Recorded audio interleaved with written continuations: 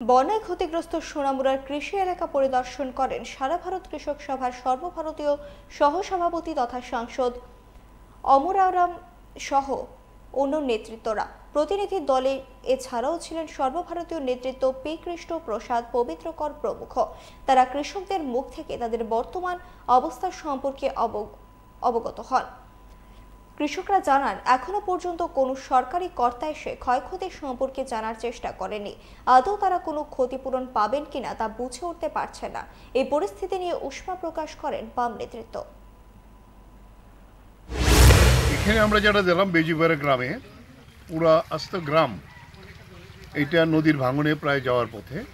প্রচুর কৃষি জমি চলে গেছে, সরকারি যে পিচের রাস্তা সেটা চলে গেছে, এবং বিভিন্ন জায়গাতে আমরা এখানে 3টে গ্রাম ঘুরে দেখে আসলাম সোনামুড়াতে।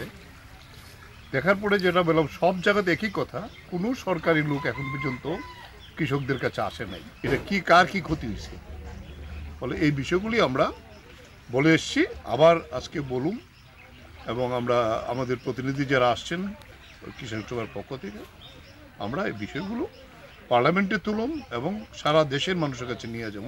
इस प्राकृतिक आपदा में देश और प्रदेश की सरकार उन किसानों को और आम जनता को राहत पहुंचाने का काम करे। इसके लिए किसान सभा की ऑल इंडिया और त्रिपुरा की साथी पूरा दौरा कर रहे हैं, और फिर दिल्ली में जाकर के भी केंद्र सरकार को इस बात के लिए आगाह करेंगे।